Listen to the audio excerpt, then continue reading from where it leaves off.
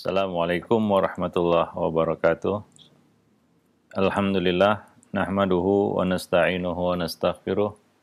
Wa na'udzu billahi min syururi anfusina wa sayyiati a'malina. May yahdihillah fala mudhillalah wa may yudlil fala hadiyalah. Asyhadu an la ilaha illallah wahdahu la syarikalah wa asyhadu anna Muhammadan abduhu wa rasuluh.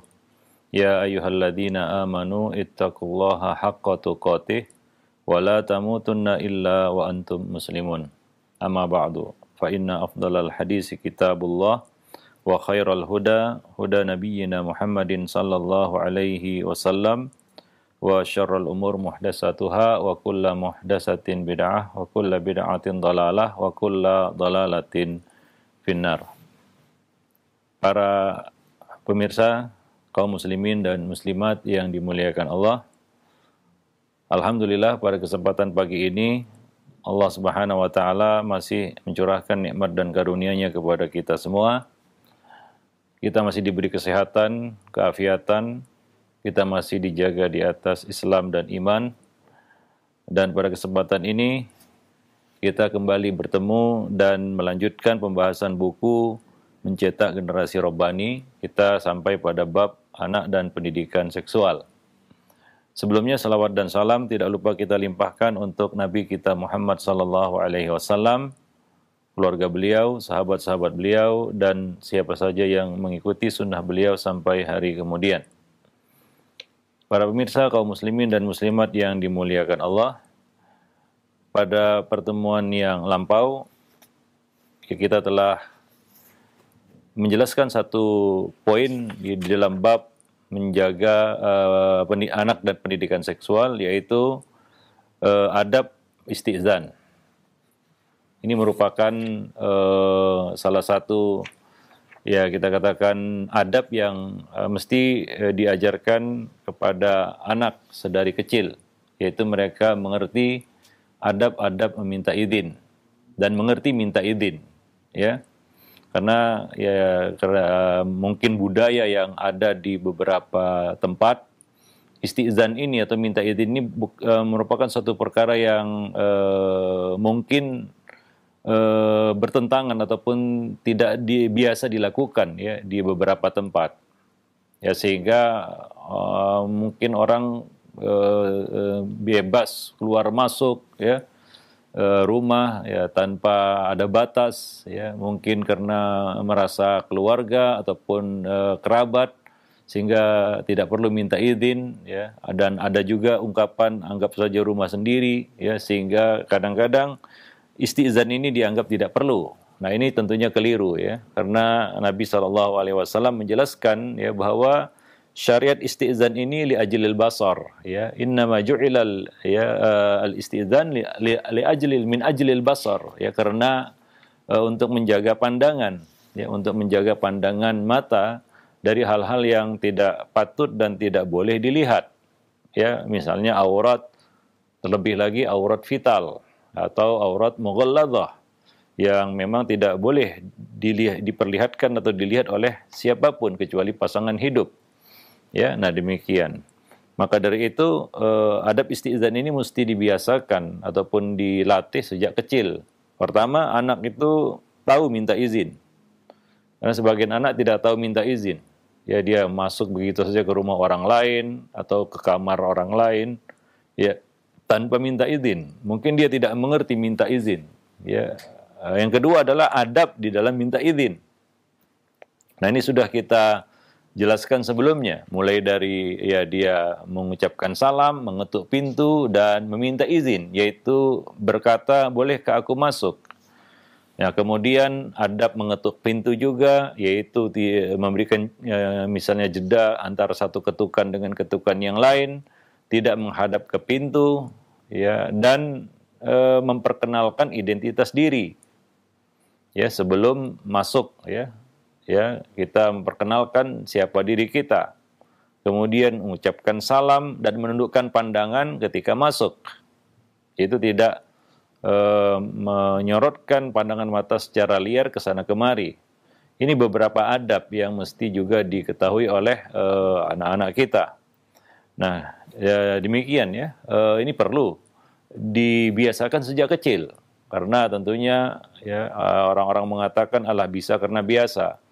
Ya sebagian anak ya tidak mengerti adab-adab minta izin ini. Nah, demikian.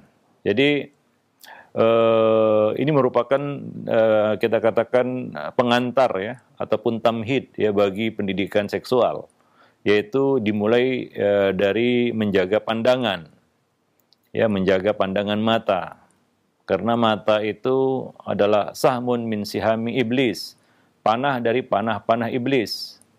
Ya banyak orang-orang yang terfitnah karena pandangan matanya, karena dia melihat sesuatu yang tidak boleh dilihat atau yang bisa merangsang ataupun bisa menaikkan birahinya dan sejenisnya. Ya sehingga ya dia jatuh dalam ya kita katakan hal-hal yang buruk. Ya, nah demikian. Maka ini perlu kita ajarkan kepada anak-anak kita. Yang kedua, masih berkaitan dengan pandangan mata. Karena pendidikan seksual itu ya memang pertama harus bisa menjaga mata. Ya, menjaga mata. Karena kalau seorang itu menyorotkan pandangan ke manapun dia suka mengikuti hawa nafsunya, ya hatinya pasti terfitnah.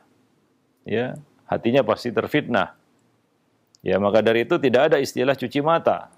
Ya, yang pada hakikatnya itu istilah yang boleh dikatakan untuk melegalkan atau membenarkan apapun yang dilihat. Nah, alasannya cuci mata, karena pandangan pertama kan boleh katanya, yang kedua, ketiga nggak boleh. Kemudian dia sengaja cuci mata. Nah, ini tentunya tidak dibenarkan ya. Pandangan pertama itu dimaafkan, itu memang betul-betul tidak direncanakan. Beda kita tahu di situ ada orang buka aurat, lalu kita sengaja ke situ dan untuk cuci mata katanya. Ya, nah demikian ya. Terutama ya bagi anak-anak. Orang dewasa ya mungkin ya karena mereka sudah bisa membedakan, memahami, mengerti, pengaruhnya tidak besar atau kita tidak buruk. Tapi bagi anak-anak itu sangat buruk, ya. Nah demikian. Ya, kalaulah bagi orang dewasa itu buruk, maka bagi anak-anak itu lebih buruk lagi atau sangat buruk, ya. Karena itu akan merusak fitrah mereka, itu akan merusak kepolosan mereka. Mereka ibarat kertas putih yang belum tergores apa-apa. Nah, pandangan mata akan menggores ya kertas putih itu, ya dengan apa yang dilihat, apa yang disorot, apa yang disaksikan. Ya maka bagi anak-anak ya, terutama bagi mereka yang masih berada di masa pertumbuhan, pandangan mata ini betul-betul berbahaya karena mereka merekam lebih daripada apa yang direkam oleh mata manusia dewasa. Karena ya daya rekam hafal mereka tentunya lebih kuat. Mereka melihat sesuatu itu lebih fokus. Itu anak-anak. Kalau orang dewasa mungkin ya fokusnya berbeda. Tapi anak-anak dia fokus kepada satu perkara yang dia lihat itu. Nah, tentunya ini akan berbahaya bagi hati mereka. Maka anak-anak pun juga harus dibiasakan menundukkan pandangan. Walaupun konteks ini kepada orang dewasa, ya firman Allah, kullil mu'minin yaghuddu min absarihim wa yahfadhu furujahum. Ya demikian juga firman Allah, wa kullil mu'minat yaghuddna min absarihinna wa yahfadhna furujahun.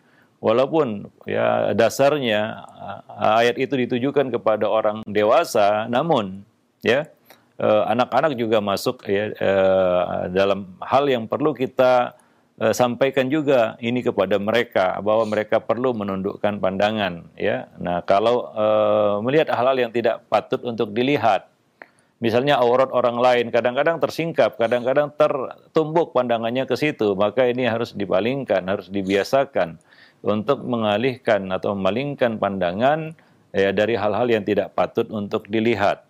Ya, karena ya itu tadi ya salah satu pintu masuk setan, pintu masuk iblis ke dalam diri manusia adalah melalui pandangan mata mereka. Ya, pandangan mata mereka. Itu saluran-saluran yang masuk langsung ke otak manusia, yaitu mata dan telinga. Ya, telinga, syubhat, ghibah, ya kata-kata buruk itu langsung nempel di otak. Ya sama dengan pandangan mata juga, apa yang dilihat itu langsung nempel di otak. Dan itu susah untuk dihilangkan karena rekaman itu akan terus hadir. Ya bisa sewaktu-waktu hadir. Ya pada waktu-waktu yang kadang-kadang tidak dimaksud untuk diingat. Ya tapi begitulah mata, ya. Nah, dia merekam apa yang kita lihat. Kadang-kadang sesuatu yang kita lihat sebenarnya sudah kita lupakan, tapi tiba-tiba bayangan itu muncul kembali, ya. Nah, demikian mata itu. Maka ada hikmahnya yang sangat besar, ya. Allah memerintahkan kepada kita semua, baik laki-laki maupun perempuan. Ya, perempuan juga harus menundukkan pandangan mata mereka dari hal-hal yang tidak patut untuk dilihat juga. Ya, nah demikian, ya. Jadi terangkan kepada anak-anak kita bahwa pandangan mata itu ya akan merusak hatinya, ya, merupakan panah setan yang bisa merusak hati manusia. Maka jagalah pandangan anak dari hal-hal yang tidak senonoh, ya, sehingga naluri seksualnya tidak matang secara tidak sehat. Ya, dia akan matang pada waktunya seiring dengan perkembangan usianya. Tapi jangan itu dirusak dengan hal-hal yang kita katakan merusak fitrahnya, ya, dan demikian naluri alamiahnya. Nah, ini yang akan membuat ya kita katakan penyimpangan-penyimpangan perilaku pada anak-anak remaja itu dimulai dari kecil mungkin, ya. Nah, jadi gambaran-gambaran yang dia lihat itu ya muncul ketika dia remaja, ketika dia dewasa, dan akan membawanya kepada ya kita katakan hal-hal yang tidak baik, ya. Ya seperti ya kita katakan ya contohnya ya anak-anak yang kecanduan atau remaja, ya, tepatnya kita katakan remaja yang mungkin kecanduan onani atau masturbasi, ya karena hal yang dia lihat itu akumulasi dari apa yang dia lihat dari kecil. Ya, kemudian apa yang dia dengar dari teman-temannya, ya, kemudian berbuah menjadi satu perilaku. Jadi tidak langsung instan, ya tiba-tiba dia melakukan hal yang tidak senonoh itu, tidak. Tapi itu ada mukaddimahnya, ada rentetan rangkaian sebelumnya, ya. Nah demikian. Terutama ya kita katakan pengaruh yang dia dapat dari apa yang dilihatnya, ya. Baik itu di layar handphonenya, ataupun di televisi, atau dimanapun, ya. Nah, maka ya para orang tua ya di rumah itu harus ya membiasakan diri untuk menutup aurat masing-masing anggota keluarga itu, menjaga diri ya dari hal-hal yang tidak senonoh. Terutama menjaga aurat vital atau aurat-aurat hal-hal yang tidak boleh terlihat ataupun kita katakan tidak pantas terlihat di rumah. Maka di rumah pun kita harus menjaga kesopanan, ya, menjaga kesopanan dalam hal berpakaian, ya, penampilan dan sikap dan perilaku. Ya, seperti misalnya sebagai contoh, ya, kalau kita masuk kamar mandi ya dikunci. Ya, kadang-kadang karena kelalaian biasa, kadang-kadang pintu kamar mandi tidak tertutup, tidak terkunci, bahkan tidak tertutup. Ya, ini kan membuka peluang. Ya, masuklah anak kita atau orang siapapun itu. Nah, maka tertumbuk pandangannya kepada hal-hal yang tidak boleh dilihat. Nah, jadi saling menjaga. Ya, karena pandangan mata ini pengaruhnya luar biasa. Nah, maka salah satu trik pedagang adalah lihat dulu barangnya, katanya, ya. Kenapa? Karena begitu kita lihat barangnya, ya kita tertarik untuk membeli. Biasanya pedagang pede atau percaya diri mengatakan itu kepada calon konsumennya karena dia yakin kalau dilihat barang ini akan ada muncul minat, keinginan untuk membeli. Nah, karena ya kata orang dari mata turun ke hati. Ya, begitu prosesnya, ya. Apa yang dilihat itu tersimpan di dalam benak kita, otak kita, maka akan muncul. Ya, maka ada istilah di tengah-tengah manusia dari mata turun ke hati. Ya, maka biasakan dia untuk menjaga pandangan. Dan tentunya kita di rumah, terutama ya pendidikan di rumah, ya. Di luar ya kita nggak bisa mengendalikan kondisi di luar sana, tapi di rumah itu dalam kendali kita, ya, para orang tua, ayah dan ibu. Kalau di luar sana ya apa mau dikata ya, begitulah kondisi di luar sana ya, wanita-wanita mengumbar aurat ya, menampakkan auratnya dan lain-lain sebagainya. Wanita dieksploitasi ya menjadi ya kita katakan bintang iklan misalnya. Itu terlihat anak-anak kita di billboard yang besar ya dan sejenisnya. Itu memang susah untuk dikendalikan. Tapi minimal pendidikan di rumah harus nampak jelas arahnya, yaitu saling menjaga hal-hal yang tidak pantas atau tidak senonoh. Ya, maka ya singkirkan hal-hal yang vulgar ataupun yang tidak baik ya, tidak senonoh di rumah. Ya, dan di sini kita sebutkan tadi ya peran ya para orang tua di rumah ya untuk bisa mengkondisikan suasana rumah itu adalah suasana yang terjaga, ya, terhormat ya dan yang kondusif ya bagi anak-anak ya. Nah demikian. Jadi penyimpangan perilaku seksual pada anak itu tidak muncul begitu saja. Itu ada mukaddimah-mukaddimahnya. Dan mayoritas mukaddimah itu berasal dari apa yang dilihat. Ya. Bukan dari apa yang didengar. Walaupun ada ya, kita katakan hal-hal yang bisa membangkitkan sesuatu yang negatif pada diri dari mendengar. Misalnya mendengar musik, lagu, dan nyanyian.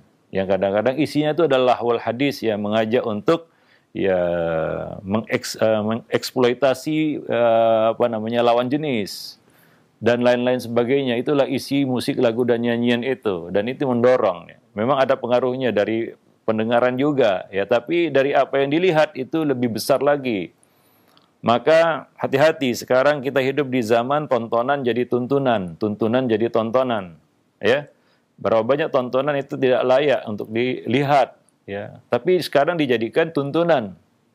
Nah demikian ya. Dan ya seperti yang kita sebutkan tadi, penyimpangan perilaku seksual pada remaja itu tidak muncul begitu saja. Ya, itu adalah suatu pembiaran yang berlarut-larut. Ya, suatu yang mungkin tidak teridentifikasi dari awal, kebiasaan-kebiasaan yang salah. Ya, tontonan-tontonan yang tidak mendidik. Ya, apalagi sekarang yang namanya pornografi atau narkolema itu adalah sesuatu yang mudah untuk diakses oleh anak-anak. Nah, ini adalah tugas berat para orang tua untuk memproteksi anak-anak mereka dari tontonan-tontonan yang tidak baik ya, atau disebut juga pornografi. Ya.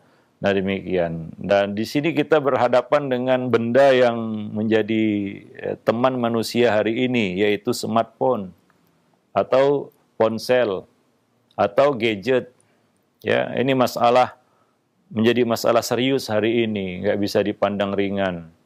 Nah, orang tua memang kelabakan ya untuk memecahkan masalah ponsel dan anak-anak. Apalagi zaman pandemi hari ini, mereka begitu dekat dengan ponsel karena belajarnya dari ponsel mereka, dari gadget mereka, ya. Nah, jadi kenyataannya ya, kita tidak bisa menyingkirkan benda itu dari kehidupan kita dan bahkan kehidupan anak-anak kita. Tapi minimal kita dapat meminimalisir ya pengaruh buruknya. Nah, tentunya dengan pendampingan yang terus-menerus. Ya, jangan merasa aman dengan benda itu, ya. Karena benda itu lebih pintar dari apa yang kita kira, yang kita duga. Ya. Dia bisa membuka jendela dunia apa saja. Nah, anak-anak kita tentu belum siap untuk itu. Ya, maka dari itu ya menundukkan pandangan mata hari ini bukan yang di dunia nyata saja ya. Di dunia maya juga kita harus menundukkan pandangan kita. Ya. Nah, dan disinilah pentingnya pendidikan ya kepada anak. Yaitu mereka menganggap itu suatu perkara yang tabu, yang tidak patut. Walaupun di luar sana itu banyak. Tapi mereka menganggap itu tabu karena pendidikan di rumah. Sekali lagi kita tekankan di sini, ya pentingnya pendidikan dari rumah. Karena menyelesaikan masalah ini ya tidak bisa ya kita katakan kita mengandalkan sekolah. Ya. Nah, jadi itu harus dimulai dari kecil. Ya, mereka menganggap tabu hal-hal yang tidak senonoh, dianggap tabu. Karena sebagian anak ada yang menganggap itu biasa. Ya, mungkin di keluarga itu menyaksikan hal-hal seperti itu sudah biasa. Ya, tapi sebagian anak ada yang kita lihat dia memang tabu dan tidak mau, dia muncul rasa malunya ya. Karena pendidikan yang benar di dalam bab ini itu akan menghasilkan rasa malu, sifat malu, al-haya. Ya, nah kalau tidak ada lagi atau tipis sifat malunya, nah ya kita katakan dia mungkin menganggap semua itu adalah perkara yang biasa karena dia lihat di rumah juga itu suatu barang yang biasa. Ya, nah demikian. Wallahu a'lam bishawab. Jadi kita perlu mendukung di sini. Kondisi di rumah itu sangat memberikan pengaruh yang sangat besar ya dalam bab ini. Ya, maka saling menjaga adab dan kesopanan, terutama ya penampilan dan lain sebagainya. Ini akan kita singgung lebih. Ini bersambung terus ya. Mulai dari istizan, menundukkan pandangan, menjaga pandangan mata, dan menjaga aurat. Ya, berikutnya poin yang ketiga, yaitu perintahkan agar selalu menjaga aurat. Baik si anak itu maupun orang-orang yang ada di sekitarnya. Terutama di rumah ya, kalau di luar kita tidak bisa bicara lagi bagaimana kondisi di luar ya. Ya, hari ini membuka aurat suatu yang biasa di luar sana, di luar rumahnya. Tapi di dalam rumah, ya, maka ini harus diciptakan suatu kita katakan kebiasaan untuk saling menjaga aurat, seperti yang kita sebutkan sebelumnya tadi. Ya, ciptakan suasana itu di rumah kita, yaitu saling menjaga aurat satu sama lainnya, ayah, ibu, ya, adik, kakak dan lain sebagainya. Ya, walaupun itu di rumah, karena kadang-kadang orang itu lalai ya, ketika ia menganggap ini kan di rumah, ini kan rumah saya, nggak ada orang lain di sini. Iya, tidak ada orang lain, tapi ada anak kita.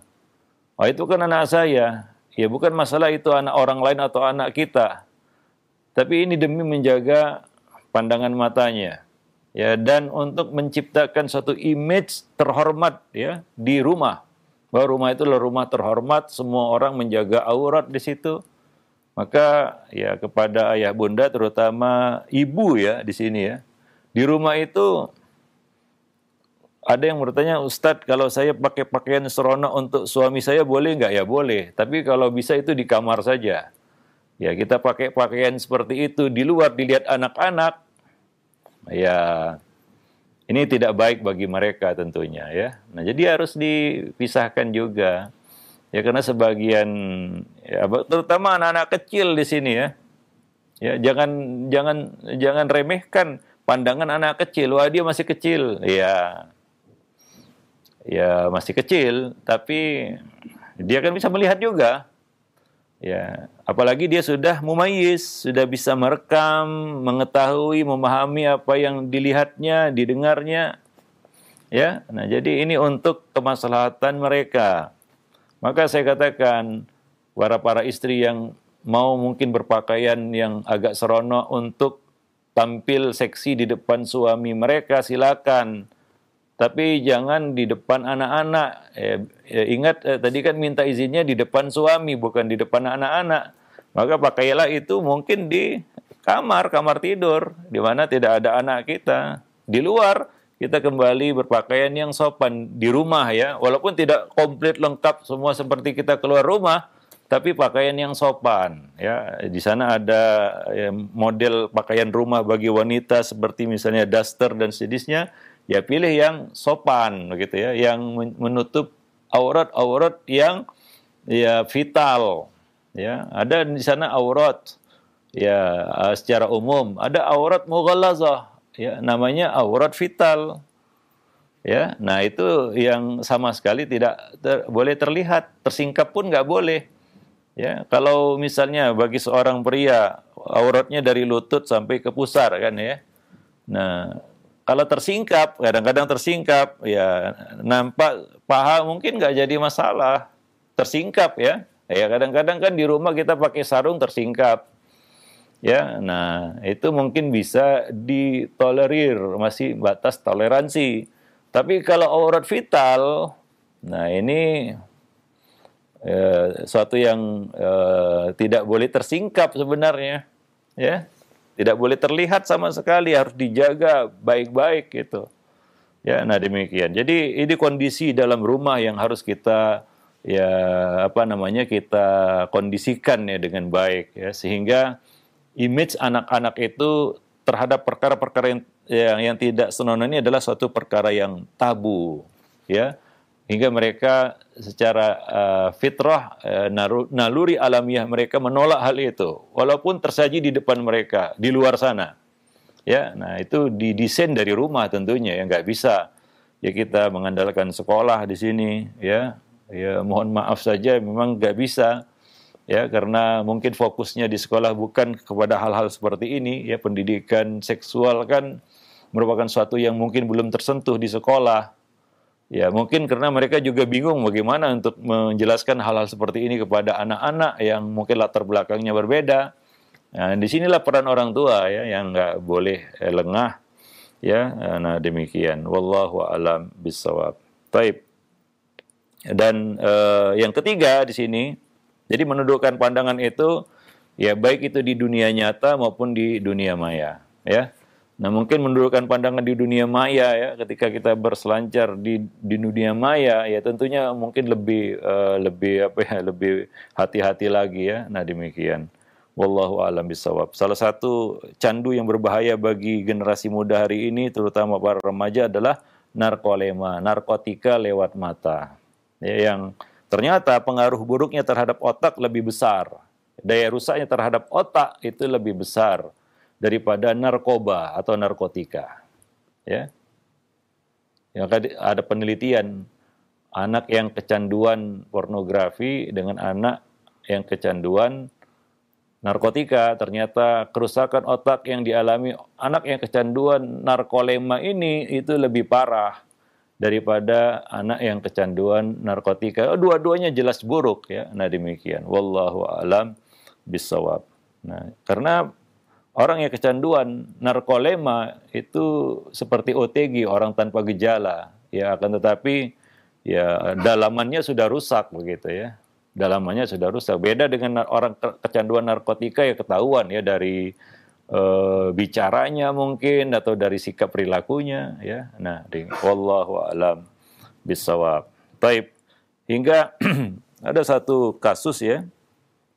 Seorang ayah terkejut atau ada orang tua yang terkejut ketika anaknya terseret dalam kasus asusila di sekolah.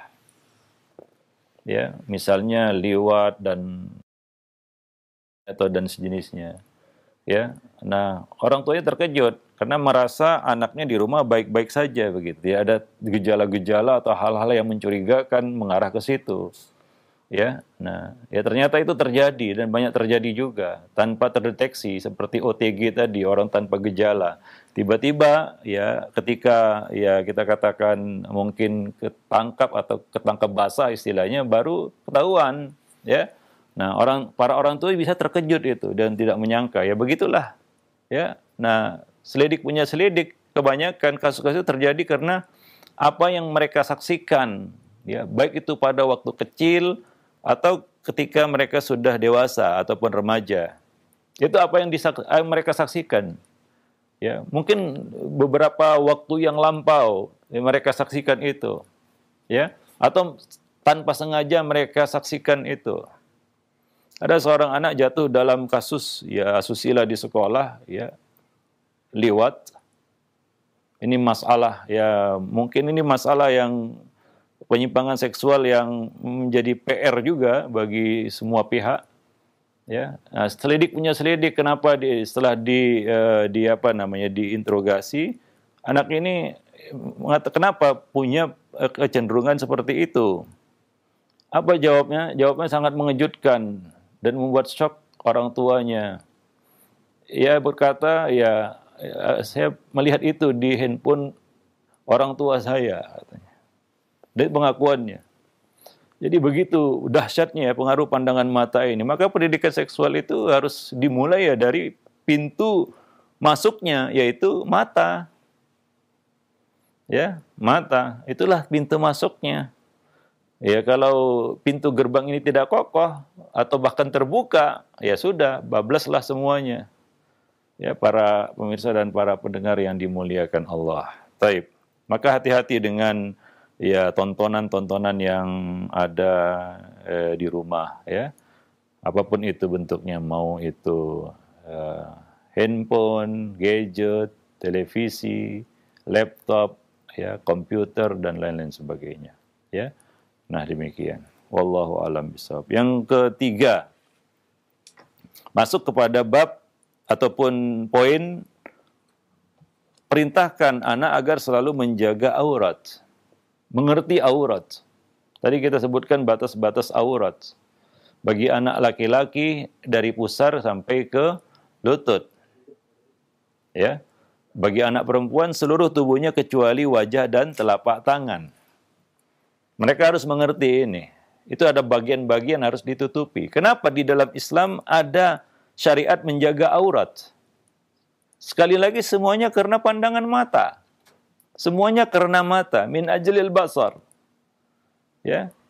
Maka dari itu, ketika Allah perintahkan para wanita untuk menundukkan pandangan dan menjaga kemaluan mereka, Allah mengatakan selanjutnya adalah wala yubdina zinatahunna illa ma dhahara minha.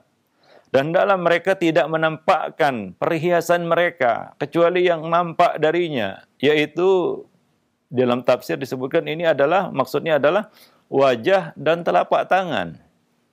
Ya, illa ma dhahara minha wal yadribna bi khumurihinna ala yuyubihinna. Dan mereka untuk memakai khimar, kerudung yang panjang menutupi dada mereka. Ya, karena itu ada bagian yang perlu ditutupi dengan baik, ya. Nah, demikian. Wala yubdina zinatahunna illa li bu'ulatihinna. Kemudian dijelaskan siapa-siapa yang boleh melihat hal-hal seperti itu, ya, dari mahram mereka, ya. Wallahu a'lam bissawab. Jadi coba lihat, ya, Islam mensyariatkan menutup aurat ini untuk apa? Li ajlil basar. Ya, untuk menjaga pandangan mata. Ya, wallahu a'lam bissawab. Taib. Maka dari itu dikaitkan dengan yaitu menundukkan pandangan, ya.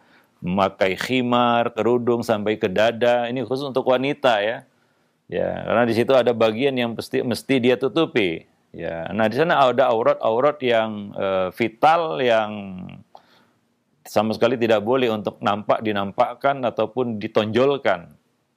Para pemirsa, para pendengar kaum muslimin dan muslimat yang dimuliakan Allah. Nah, demikian. Itu surat An-Nur ayat 31, ya. Hingga sebagian ulama mengatakan ajarkanlah anak-anak kalian surat An-Nur ini, karena ini berisi banyak sekali pelajaran-pelajaran berkaitan dengan pendidikan seksual kepada anak. Ya, bahwa Islam mensyariatkan itu semua agar manusia itu berjalan menurut fitrah alamiahnya, naluri alamiahnya, ya, tidak menyimpang dari fitrah itu. Ya, nah demikian. Karena penyimpangan dalam bab ini itu bisa menjurus kepada hal-hal yang tidak diinginkan, ya. Ya, penyimpangan-penyimpangan perilaku seksual, ya, seperti yang ya kita lihat hari ini, ya. Munculnya fenomena LGBT dan hal-hal hubungan laki-laki perempuan tanpa batas yang sudah biasa, pergaulan bebas namanya dan lain sebagainya. Nah, ini tentunya akan merusak fitrah manusia, dan Islam itu mengembalikan manusia kepada fitrahnya, ya. Termasuk di dalam bab kita katakan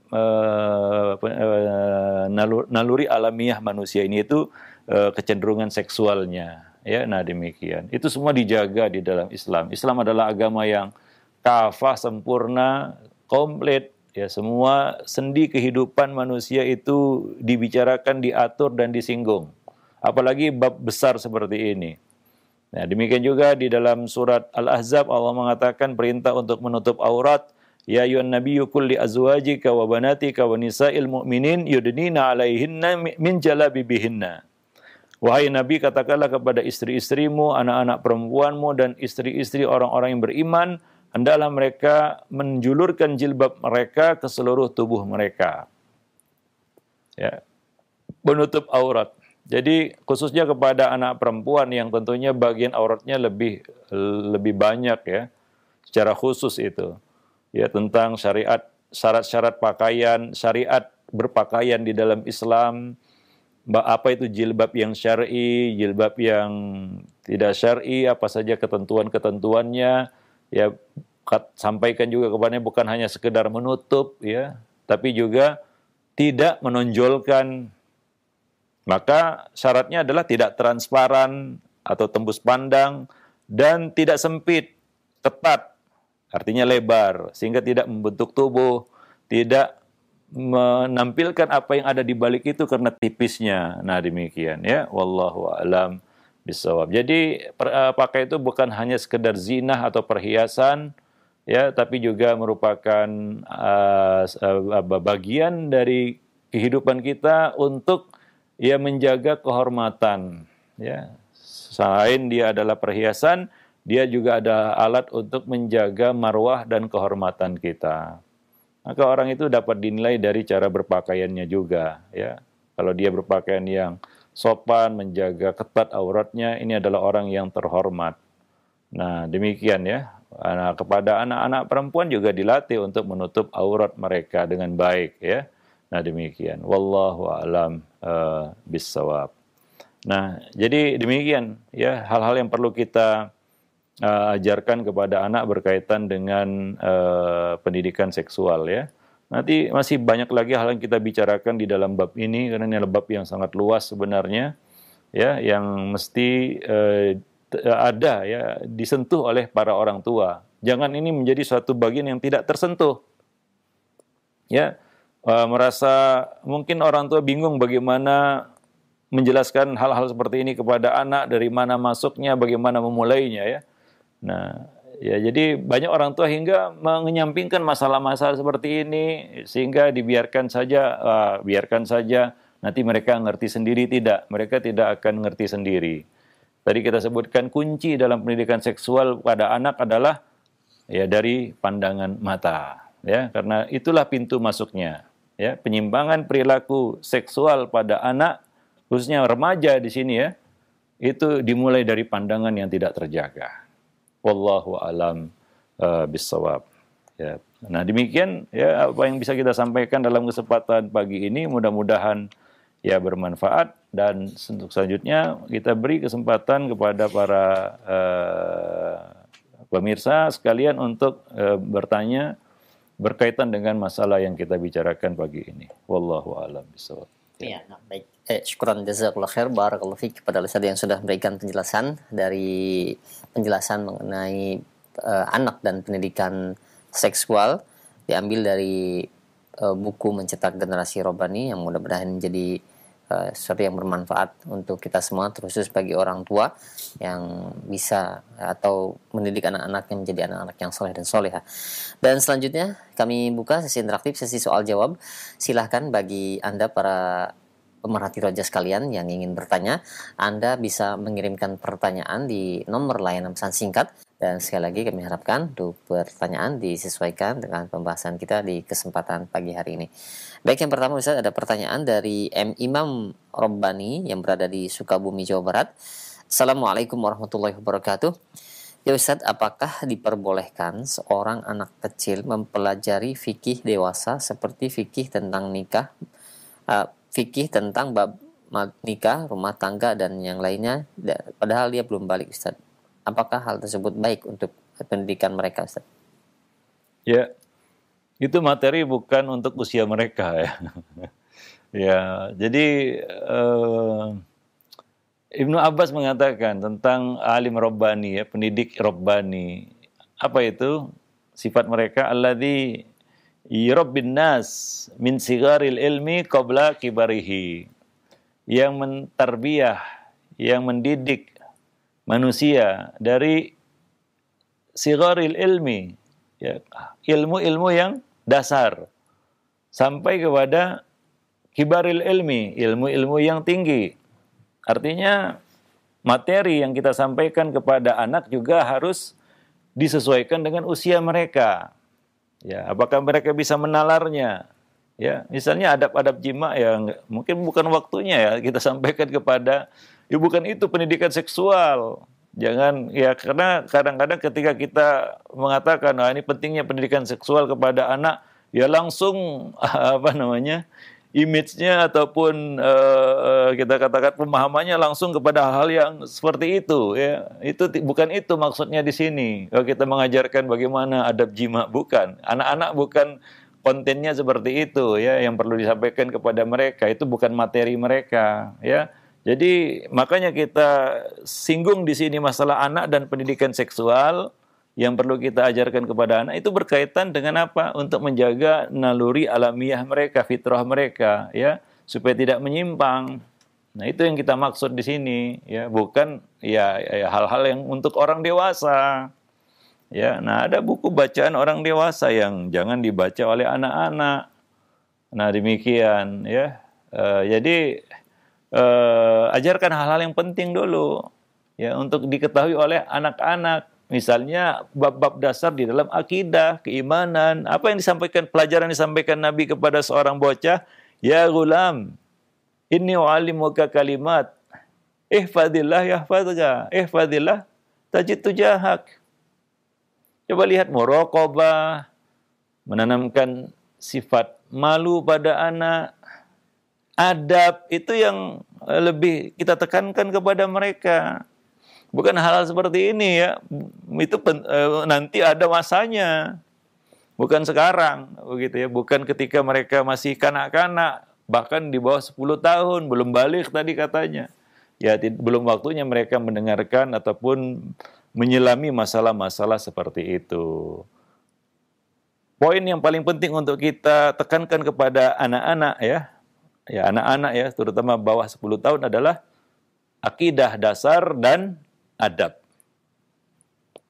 ya, etika bicara, etika bermuamalah, ya, ini yang perlu kita, adab terhadap diri sendiri juga, ini yang perlu kita tekankan kepada anak-anak, ya, di samping akidah-akidah yang dasar, seperti yang dilakukan Nabi SAW, ya, pendidikan tentang tauhid, ya, tentang iman kepada takdir, ya, tentang kita katakan tazkiyatun nufus, ya, daya yang dasar, bagaimana membangkitkan rasa malu pada anak, ya, bagaimana memunculkan sifat malu pada anak, bagaimana memunculkan sifat muraqabah pada anak, ya.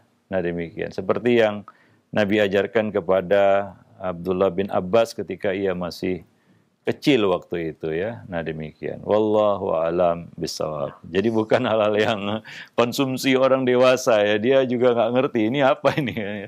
Itu justru jadi, ya, tidak bermanfaat jadinya, ya. Wallahu a'lam bishawab. Iya, nah baik, syukran jazakallahu atas jawaban Ustaz. Demikian untuk yang bertanya, dan selanjutnya masih kami ajukan pertanyaan di layanan pesan singkat.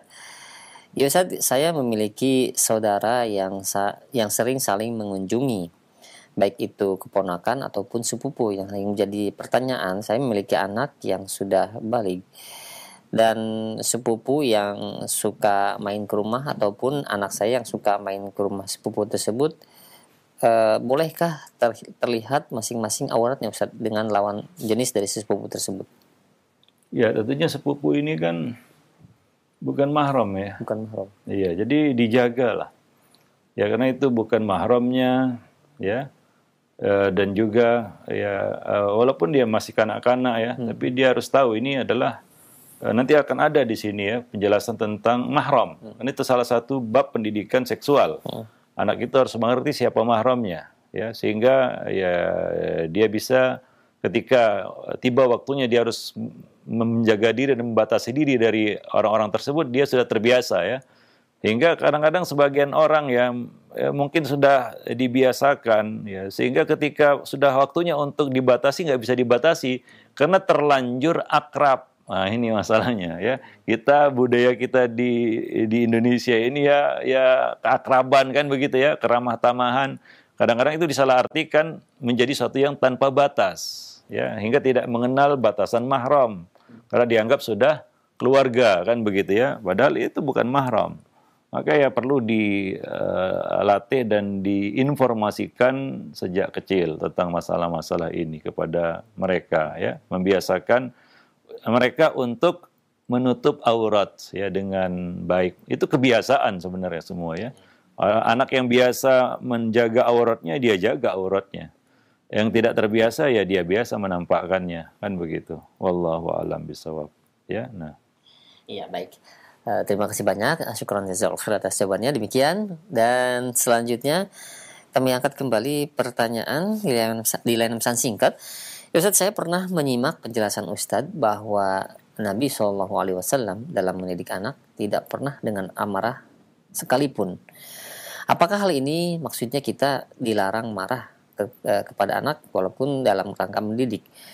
Bolehkah kita memukulnya walau hanya dengan sebatang lidi di bagian bawah atau kakinya untuk memberikan pelajaran agar jerak?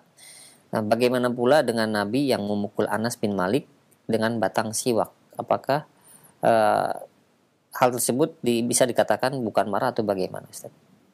Ya,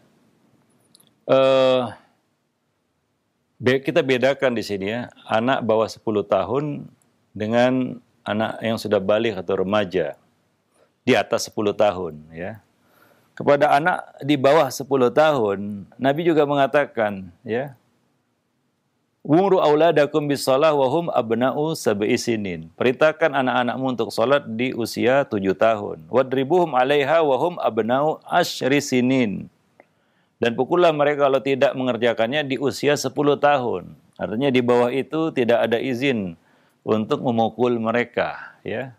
Nah, kisah Anas bin Malik kita bawakan, dia sudah remaja, dan ya Anas ya berkhidmat kepada Nabi hampir 10 tahun, ya. Nah, demikian. Ya wallahu alam bisawab. Nah, jadi kita dapati, ya, Nabi tidak pernah marah sama anak-anak atau memarahi seorang anak. Marah, ya. Lalu apakah perlu memarahi anak? Dan kita bicara di sini basuta, ya, bawah 10 tahun. Fase usia di mana mereka sebenarnya tidak perlu diberi hukuman, ya. Tidak perlu diberi hukuman. Karena mereka juga belum balik, ya, belum mukallaf juga, ya. Nah, jadi belum tepat untuk dikasih hukuman juga orang mukallaf, ya. Ghairu mukallaf, ya, belum mukallaf artinya, ya.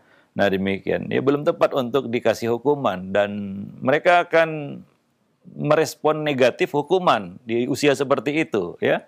Nah, demikian. Jadi, apakah benar ucapan sebagian orang tua, "Oh, saya sudah memarahi anak saya," kan begitu, ya. Karena kadang-kadang sebagian orang tua merasa belum bisa jadi orang tua kalau belum berani memarahi anak. Ya, kalau belum berani memarahi anak berarti belum sah jadi orang tua, gitu. Nah, ini keliru sebenarnya. Maka kita dapati Nabi tidak pernah memarahi seorang anak atau marah-marah kepada seorang anak. Yang ada adalah Nabi menasihati mereka. Ya, Nabi menghormati anak itu dengan memberikan nasihat yang benar, ya. Ya, bukan nasihat ecek-ecek, istilahnya main-main atau nasihat-nasihat yang kosong, enggak. Ya, seperti Nabi pernah melihat Anas bin Al-Hasan bin Ali mengambil kurma sedekah atau kurma zakat. Itu salah, anak buat salah, ya anak berbuat salah. Seperti yang dilakukan oleh Al-Hasan bin Ali di sini salah. Anak bersalah, ya. Tapi waktu itu Al-Hasan masih kecil, ya. Belum balik. Jadi melihat tumpukan kurma, Al-Hasan bin Ali langsung menerekamnya dan mengambil sebiji kurma dan memasukkannya ke mulutnya. Namanya anak-anak, ya. Apa yang dilakukan oleh Nabi? Nabi mendekatinya, menghampirinya, mengambil kurma itu dan meletakkannya kembali. Nabi tidak marah. Nabi hanya berkata kepadanya, memberikan satu nasihat. Apa nasihat Nabi? Kita, keluarga Muhammad, tidak halal memakan harta zakat. Ini ilmu, ini nasihat. Jadi yang benar adalah saya sudah nasihati anak saya, bukan saya sudah marahi anak saya. Nggak perlu dimarahi anak-anak, ya.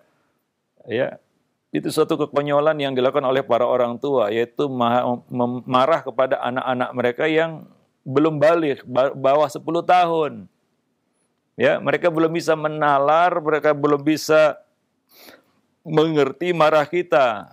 Ya, nah demikian. Satu ketika juga Nabi duduk bersama Umar bin Abi Salamah dalam satu hidangan makan.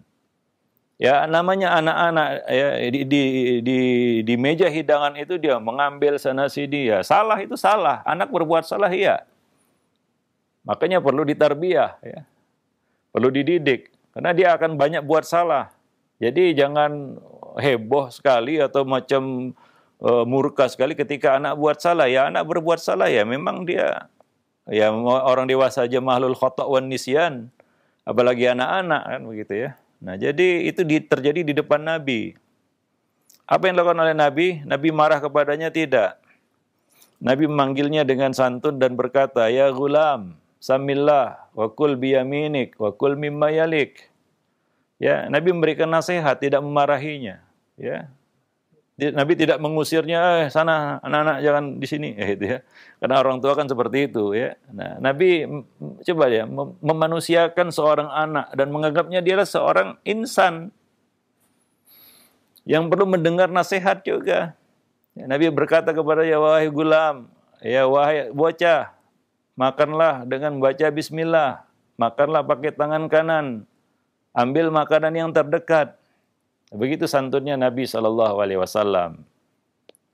Suatu ketika Nabi pernah sholat, ketika sujud, Hasan atau Husain naik ke punggung beliau. Nabi membiarkan sampai mereka puas. Nah, ketika mereka pergi, baru Nabi mengangkat punggung beliau dari sujudnya. Nabi tidak marah kepada kedua cucu beliau itu. Bahkan Nabi mendoakan mereka. Ya, mendoakan mereka. Ini Nabi SAW. Nah, demikian ya. Jadi tidak kita dapati Nabi itu marah-marah atau memarahi seorang anak. Marah ya amarah, menunjukkan amarah begitu ya. Nah, wallahu alam bissawab. Iya, baik. Syukran jazakallahu khair atas jawaban dan penjelasan Al-Ustaz yang sangat bermanfaat sekali. Baik, untuk selanjutnya kami ajukan kembali pertanyaan di layanan pesan singkat. Ya, Ustaz, bagaimana cara memberikan terapi kepada anak yang sudah kecanduan konten pornografi? Ya, kalau sudah kecanduan ya, cerita kecanduan di sini ini agak berat ya. Ya, karena sesuatu yang sudah terpola di dalam benak mereka. Ya. Untuk membersihkannya ya tentunya tidak mudah di sini ya.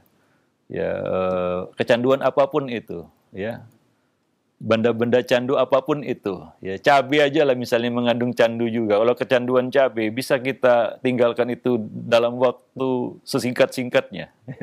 Tentunya tidak bisa, perjuangannya akan berat itu. Kecanduan rokok saja lah misalnya. Ya. Kalau kita bicara candu di sini ya, satu yang terus diminta oleh otak, ada order dari otak untuk mengulanginya dan mengulanginya. Ya, makan cabai, sudah kepedesan, mau minum banyak sampai nggak bisa bangkit. Besoknya ketemu cabai makan lagi kan begitu.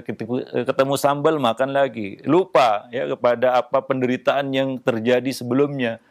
Otak memerintahkan untuk kembali melakukan itu lagi tanpa kadang-kadang ada kuasa dari tangan untuk mencegah mengambil sambal itu. Ya, mata untuk berpaling dari sambal itu. Itu candu namanya. Ya. Ini syaraf-syaraf sudah tidak bisa dikendalikan karena otak memerintahkan itu karena polanya terlalu kuat ya untuk bisa diabaikan oleh ya syaraf tangan, kaki dan lain-lain, mata ya.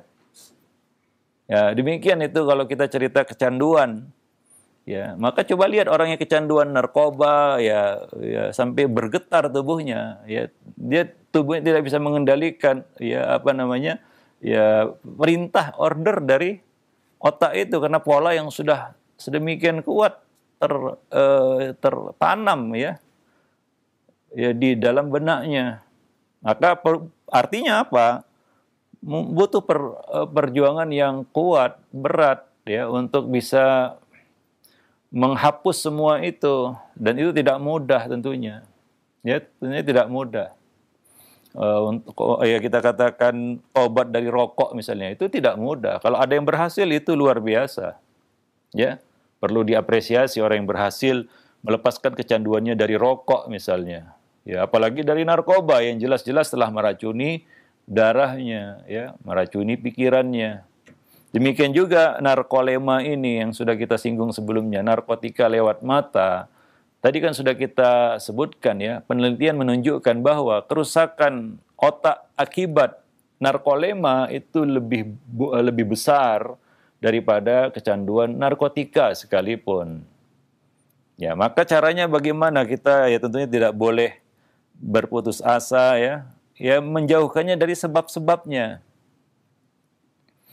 Ya, sehingga peluang untuk itu tertutup. Ini masalah peluang. Kata orang, ya kejahatan itu ada karena ada kesempatan, ada peluang. Ketika dikasih peluang, ya maka kecenderungannya akan kembali ke situ lagi. Maka cara yang paling efektif adalah memutus mata rantainya, yaitu menjauhkannya dari sebab-sebab.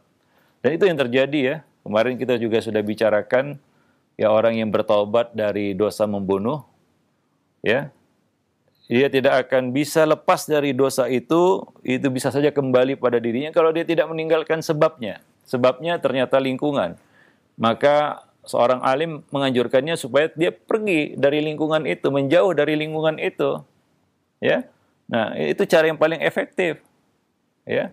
Untuk kita katakan memutus ya kecanduan itu. Kalau tidak, itu akan kembali lagi.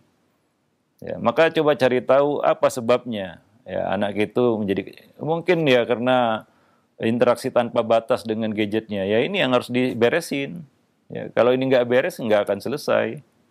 Ya, bagaimana kita bisa membatasi, minimal membatasi. Ya, semakin lama semakin berkurang kan begitu ya. Nah mungkin ya bagi anak remaja mungkin untuk kita katakan punya kesadaran untuk meninggalkan hal itu ya setelah kecanduan ya dalam waktu yang sesingkat-singkatnya dan dalam tempo yang sesingkat-singkatnya mungkin ya agak susah ya. Nah, itu kembali lagi ya tentunya semuanya kembali kepada hidayah dari Allah Subhanahu wa taala. Ini faktor luar ya yang ya itu di luar kuasa kita ya, di luar ikhtiar kita, yaitu apa? Adanya hidayah campur tangan Allah Subhanahu wa taala di situ mengeluarkannya dari ya kubangan dosa itu ya. Nah ini kan ya sudah di luar ikhtiar kita ya, ikhtiar untuk bab ini hanyalah doa ya. Maka jangan kita katakan jangan putus berdoa kepada Allah Subhanahu wa taala agar ya diberi kemudahan, ya dibimbing hatinya untuk bisa meninggalkan suatu yang berat untuk ditinggalkan itu. Ya kita kadang-kadang berdakwah kepada orang yang merokok. Kalau kita nggak merokok, ya tentunya kita bisa paham bagaimana rusaknya rokok itu. Tapi dia belum memahami itu. Maka kalau kita punya suami perokok misalnya ya, contohnya ini, kita ingin dia berhenti merokok. Ya, ada ikhtiar yang bisa kita lakukan, menjauhkannya dari rokok atau membuat pengalihan-pengalihan. Tapi jangan lupa ikhtiar yang lainnya yaitu doakan juga dia agar dimudahkan dia untuk meninggalkan perkara yang berat baginya. Mungkin di sini ada yang mungkin mantan pecandu rokok ya, dan mungkin dia tahu bagaimana beratnya itu meninggalkan rokok itu ya. Perlu sebagian orang bahkan ya perlu perjuangan yang berat untuk bisa meninggalkan ya kita katakan kecanduan-kecanduan kepada hal-hal yang diharamkan syariat ini ya. Wallahu a'lam bishawab. Ya sama itu kecanduan pornografi, kecanduan musik, ya kecanduan buruk lainnya ya. Itu karena memang perkara-perkara itu sudah begitu kuat polanya di benaknya. Ya. Nah, jadi ya perlu ya, kita katakan usaha yang terus-menerus ya, tidak mengenal putus asa. Ya, jangan kita sudah nggak mungkin saya sudah nyerah ya. Tidak ya. Karena ini tidak bisa selesai dalam satu malam istilahnya, ya tidak bisa selesai dalam satu majelis, ya perlu ya, kita katakan ya, disebut tadi terapi lah ya, yang terus menerus dan dukungan dari semua pihak. Ini yang penting. Masalah seperti ini itu perlu dukungan dari rumah, ya dari semua anggota keluarga misalnya, ya, ya, atau lingkungan keluarga lah kita kata. Apalagi misalnya keluarga-keluarga yang agak jauh seperti kakek neneknya, paman bibinya itu mendukung, nah itu lebih mudah lagi untuk melakukan terapi dalam masalah ini. Tapi kalau itu tidak mendukung, bahkan ya itu apa namanya memperkuat kecanduan itu, nah ini akan agak susah itu. Istilahnya apa? Tumpang tindih. Ya, apa namanya kita katakan dari satu sisi membangun, dari sisi yang lain justru dirobohkan. Maka perlu dukungan dari keluarga, terutama rumah di sini ya. Di awal buku ini kita sudah jelaskan bahwa rumah harus berfungsi sebagai tempat untuk mensterilisasi kotoran racun-racun yang dibawa anak dari luar. Ya, yang dibawa anak dari luar. Tapi kalau racun itu ada di rumah, ya itu susah. Kita udah angkat tangan itu kalau racun itu justru berada di rumah. Ya, bahwa anak itu dapat itu di rumah, itu sudah susah ya, akan semakin berat lagi ya kita katakan. Maka kondisi rumah ya sebagai wadah pendidikan itu perannya sangat besar. Karena kadang-kadang nggak cukup ya, ayahnya saja yang ngomong, ibunya saja yang ngomong, ayah ibu yang ngomong kadang-kadang juga belum cukup. Perlu didukung mungkin saudara-saudaranya yang lain, atau kakek neneknya, paman bibinya, ataupun yang lainnya, ya, untuk ya apa namanya mengerucutkan masalah ini menjadi suatu fokus yang jelas bagi dia, bagi si anak itu. Oh, ini harus saya tinggalkan karena semua keluarga saya mencela saya karena ini, kan gitu ya. Hingga tidak ada ruang baginya, begitu ya. Bahwa inilah dia yang harus dia lakukan, begitu, meninggalkan hal seperti ini. Nah, jadi dukungan keluarga itu juga sangat besar. Ya, tentunya ya masalah lingkungan dan pergaulan itu sudah kita bahas sebelumnya bahwa ya kita juga wajib memilih lingkungan dan pergaulan yang baik untuk anak-anak kita. Kadang-kadang dia dapat itu juga dari teman-temannya. Ya, kalau tahu teman-temannya seperti itu langsung di-cut ya. Ya, jangan sampai telat. Ya, alihkan dia kepada lingkungan dan pergaulan yang lebih baik ya. Nah, demikian. Wallahu a'lam bishawab. Masalahnya adalah pergaulan dunia nyata bisa kita identifikasi, tapi pergaulan dunia maya hari ini kita nggak tahu lagi ya. Wallahu a'lam bishawab. Taib itu mungkin ya hal-hal yang berkaitan dengan masalah ini. Masalah banyak dihadapi oleh ya para orang tua hari ini ya. Ini bukan suatu perkara yang perlu kita tutup-tutupi atau disembunyikan seolah-olah tidak ada. Itu ada bahkan hampir rata di banyak rumah-rumah muslim hari ini. Wallahu alam bisawab ya. Nah demikian. Mungkin itu saja dulu. Ini masih bersambung karena panjang ya tentang pendidikan seksual ini. Ya mudah-mudahan ini bermanfaat bagi kita semua di dalam menjalankan tugas kita sebagai seorang pendidik ya di rumah ya sebagai orang tua ya. Wallahu alam. Subhanakallah bihamdik. Asyhadu an la ilaha illa anta astaghfiruka wa atubu ilaik.